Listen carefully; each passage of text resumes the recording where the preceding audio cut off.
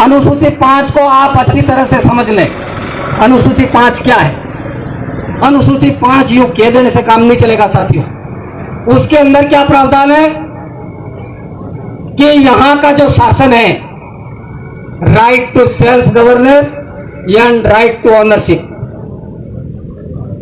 आदिवासियों का स्वशासन यानी आदिवासियों का राज, और मालिकाना अधिकार, राइट टू ओनरशिप यानी जमीन का जो मालिकाना अधिकार। आप जमीन के मालिक हैं क्या? शासन के मालिक हैं क्या? नहीं है। मालिक हैं ऐसा संविधान में लिखा, लेकिन घर का जो मालिक है वो आंगन में बैठा हुआ है, और जो बाहर से जो लोग आए वो घर के अंदर कब्जा करके जो बैठे हुए हैं। इन लोगों की पहचान करने की आवश्यकता है। जिस दिन आपको इसकी पहचान हो जाएगी, आप खुद ब खुद संघर्ष करने लगेंगे। इसका प्रावधान क्या है? पॉलिटिकल नहीं होगा। आजकल यहाँ पर जो कांग्रेस, बीजेपी, बीटीपी यानी तरह तरह की जो राजनीतिक पार्टियां हैं, वो राजनीतिक पार्टियों का यह मतलब ही नहीं है। ट्राइबलों का शासन जहां है वहां क्या होता है? पैसा एक्ट 1996 भारत सरकार का नियम, राजस्थान पैसा एक्ट 1999, राजस्थान पैसा नियम 2011। कानून ये कहता है कि ग्राम सभाओं के अंदर, प्रत्येक ग्राम सभा के अंदर ग्राम सभा गठित करो, और उस ग्राम सभा के अंदर कांग्रेस, बीजेपी, कम्युनिस्ट कोई पार्टी नहीं चलेगी। सारे गांव के जो लोग हैं वो सारे मिलकर के अपना मुखिया का चुनाव करेंगे। वहां पर कोई पार्टी नहीं चलेगी। लेकिन इन पार्टी के लोगों ने हमारे आदिवासियों को बांट दिया। आदिवासी है लेकिन कांग्रेस बन के खड़ा है, आदिवासी है लेकिन बीजेपी बन के खड़ा है, आदिवासी है लेकिन बीटीपी बन के खड़ा है, आदिवासी है लेकिन कम्युनिस्ट बन के खड़ा है। कहां है आदिवासी? कहीं नजर आता है क्या? कहीं नजर नहीं आता। कांग्रेस, बीजेपी, कम्युनिस्ट, बीटीपी ये नजर आती है, लेकिन आदिवासी नजर नहीं आ रहा है। फिर आदिवासी का अनुसूची 5 लागू कैसे होगा? ग्राम सभा जो गठित होगी उसके अंदर बीटीपी समर्थित आदिवासी है वो भी आएगा, कांग्रेस समर्थित है वो भी आएगा, बीजेपी समर्थन है वो भी आएगा, और सारों को मिलकर के एक गांव की जो ग्राम सभा बनेगी उसके अंदर 20 आदमी नॉमिनेट होंगे, और उस गांव का जो डिसीजन है वो 20 आदमी करेंगे। उन 20 आदमियों को गवर्नमेंट ने जो पावर दिया है, क्या पावर दिया है? गांव के अंदर कोई छोटे मोटे जो झगड़े होते हैं, आईपीसी 1860 यानी इंडियन पिनल कोड 1860 का जो बना हुआ है, उसके तहत 2 साल से कम के सजा के जो प्रावधान है उसको आपस में मिल बैठ के समझाने का, उसको समझाइश करके उसको निपटाने का प्रावधान दिया हुआ है। लेकिन गांवों के अंदर क्या हो रहा है? पुलिस वाले जो हैं, पुलिस बंधु भी यहां पर बैठे हुए हैं, वो बुरा नहीं माने, क्योंकि इनको भी इस बारे में जानकारी नहीं है। जानकारी नहीं है, उसका उदाहरण मैं बता देता हूं।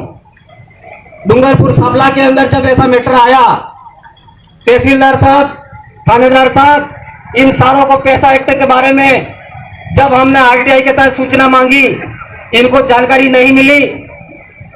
हमने आयोग को लिखा, जयपुर में आयोग को लिखा, तो आयोग ने उनकी पेशी कर दी जयपुर में। तो वहां पर जाकर के क्या बोलते हैं? हमको इस कानून के बारे में जानकारी नहीं है। इनको तो सिर्फ ये चाहिए कि पैसा कहां मिलता है, ये चाहिए। 2 आदिवासी झगड़ते हैं, परिवार के अंदर 2 आदमी झगड़ते हैं, तो झगड़ा 2 का है, लेकिन 12 आदमियों का नाम इसके अंदर लिखा जाता है। ये भी था, ये भी था, ये भी था। फर्जी मुकदमा बना करके हमारे लोगों को वहां पर बुलाया जाता है, और बुला करके फिर कहते हैं 1000 रुपये तूला ना, 1000 रुपये तूला। पैसा एक्ट वहां चल रहा है भाई, पुलिस थानों के अंदर पैसा एक्ट चल रहा है, गांवों के अंदर कहां पैसा एक्ट है? पैसा एक्ट गांवों के अंदर चलना चाहिए, पुलिस थानों के अंदर पैसा एक्ट नहीं चलना चाहिए। इसलिए हमने अभी जो मांग पत्र रखा है उसके अंदर हमने लिखा है, प्रत्येक पुलिस थाने के अंदर जितने भी जो कर्मचारी कार्यरत हैं, कांस्टेबल, एएसआई, थानेदार, एसपी, जितने भी जो शेड्यूल एरिया के अंदर प्रत्येक थाने में जनसंख्या के अनुपात में कर्मचारी होने चाहिए। तब जाकर हमारे लोगों की वहां पर कोई पैरवी करेगा। वहां पर तुम्हारी बात को कोई सुनने वाला नहीं है। पैसा एक्ट की बात करते हो, पैसा एक्ट क्या होता है यूं बोलते हैं, और कोई जानता है तो वो क्या करता है, आपस में राजीनामा लिखवाता है, साइन करके वो कागज लगा देते हैं, और वहां पर जो है पैसों का खेल चल रहा है।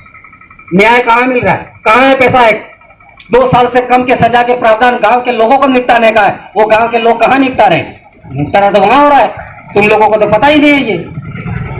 दूसरा जो है दारू की दुकानें, इस शेड्यूल एरिया के अंदर जितने भी दारू की दुकानें, चाहे वैध हो चाहे अवैध हो, उस दारू की दुकान को चालू रखना है या बंद करना है, उसका पावर जो है पैसा एक्ट के तहत ग्राम सभा को है।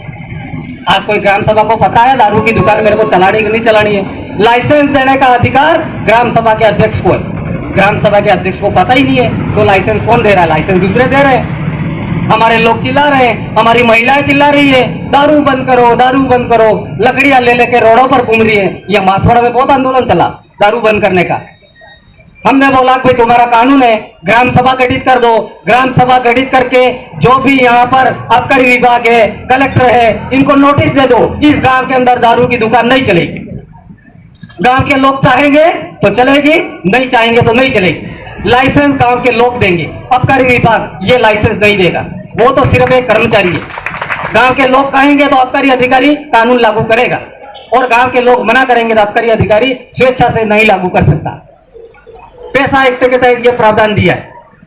वन विभाग का जो मामला है आपका, वन विभाग के अंदर आपके घर के आसपास में जो भी किस गांव में वन विभाग पड़ता है, लकड़ी है, चारा है, उसको काटने का अधिकार, उसको किसको लाइसेंस देना है, किसको नहीं देना है, वो ग्राम सभा को अधिकार है। लेकिन वन विभाग कब्जा बना के बैठा हुआ है। एक आदमी जो कई लकड़ियां गांवों के अंदर हमारे फॉरेस्ट के जो कर्मचारी है उनसे साठगार करके काट करके ले जाता है। शहरों के अंदर जितनी लकड़ियां कहां से आती है? शहरों के अंदर लकड़ियां पैदा होती है क्या? गांवों के अंदर होती है।